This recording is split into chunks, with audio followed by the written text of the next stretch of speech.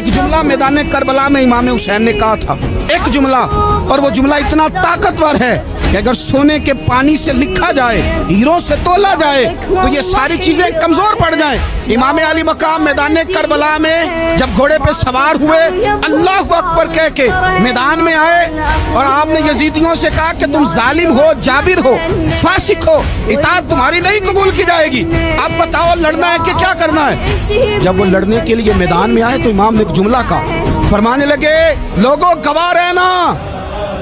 آج میں نے عزتیں خرید لی ہیں اور ذلتیں دور کر دی ہیں۔ عزت ہے ہمارے پاس، عزت، ذلت دور ہو گئی۔ اگر اس کے ظلم سے چھپ کے بیٹھ جاتے، اگر ان تلواروں کے سامنے کمزور پڑ جاتے، اگر اس بڑے لشکر کو پیٹھ دکھا دیتے تو یہ عزت والا معاملہ لوگوں، ہم نے عزتوں کا سودا کیا، ہم نے ذلتیں بھگا دی، ہم نے وہی سودا کیا جو ہمارے اجداد کا طریقہ تھا، جو ہمارے اسلاف کا طریقہ تھا، جو طریقہ ہم نے علی المرتضیٰ سے سیکھا تھا اور نبی مصطفیٰ سے سیکھا تھا۔